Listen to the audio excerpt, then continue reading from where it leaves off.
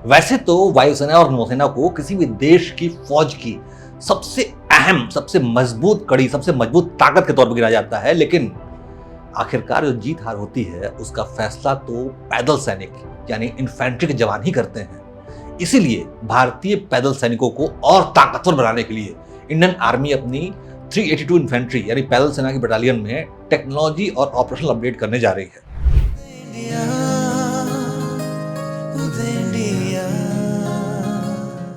नमस्कार, उदय India digital में स्वागत है आपका। मैं हूं अंशुमान आनंद। थल सेना के जवानों को और अधिक आक्रामक बनाया जाएगा। इसके लिए उन्हें कई आधुनिक हथियारों से स्पेशल ट्रेनिंग देने की तैयारी की जा रही है, जिसमें स्नाइपर राइफल, मशीन गनें, कार्बाइन्स, रॉकेट लॉन्चर्स, लॉइटरिंग गोला बारूद, टैंक किलिंग मिसाइल और सॉफ्टवेयर डिफाइंड रेडियो शामिल हैं।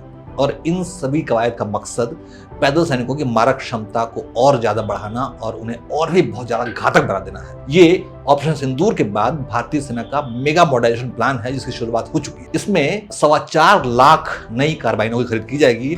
हर बटालियन में ड्रोन एक्सपर्ट और 25 भैरव कमांडो यूनिट्स भी बनाई जाएंगी। और इन तैयारियों के बारे में पैदल सेना के महानिदेशक लेफ्टिनेंट जनरल अजय कुमार ने जानकारी दी है कि उनका मुख्य फोकस पैदल सैनिकों की तैयारी यानी रेडीनेस और कौशल तथा क्षमता को बढ़ाना है, क्योंकि जमीन पर तैनात सैनिक हमेशा युद्ध की निर्णायक इकाई रहे हैं। इसीलिए इन्हें आधुनिक हथियारों और इंटीग्रेटेड टेक्नोलॉजी से लैस करना बहुत ही जरूरी है। उन्होंने आगे कहा कि वर्तमान यानी इस समय सेना में ISR यानी इंटेलिजेंस, सर्विलांस और टोही drones, kamikaze drones, loitering munitions, night sights, bullet proof jackets, ballistic helmet, पार भेदन रडार, लाइट स्पेशलिस्ट वाहन और ऑल टेरेन व्हीकल जैसे उपकरणों की खरीदारी के लिए कई बहुत बड़े बड़े सौदे किए गए हैं, ताकि पैदल सैनिक किसी भी कठिन परिस्थितियों का सामना कर सके।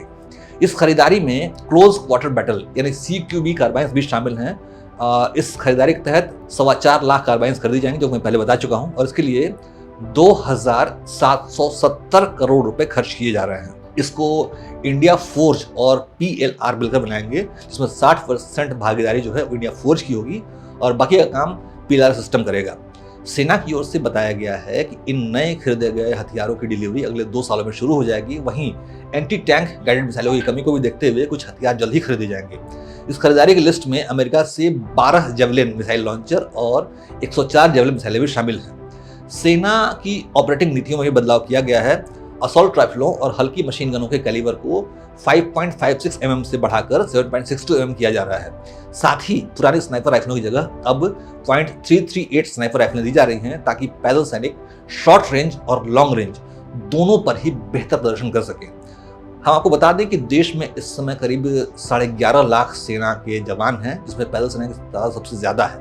इनका कार्य जमीनी नियंत्रण और कब्जा कायम रखना है। यही वजह है कि इन्हें और भी अधिक तकनीकी और ऑपरेशनल ताकत देना बहुत ही जरूरी है। दरअसल किसी भी युद्ध की स्थिति में वायुसेना और नौसेना की बमबारी से दुश्मन को नेस्तनाबूद कर देने के बाद पैदल सैनिक यानी इन्फेंट्री के जवान ही आगे बढ़कर दुश्मन की जमीनों पर कब्जा करते हैं, और इसी से जीत तथा हार का फैसला होता है। इसीलिए भारतीय सेना ने इन्फेंट्री के जवानों को और भी ज्यादा शक्तिशाली और घातक बनाने के लिए ये प्लान तैयार किया है।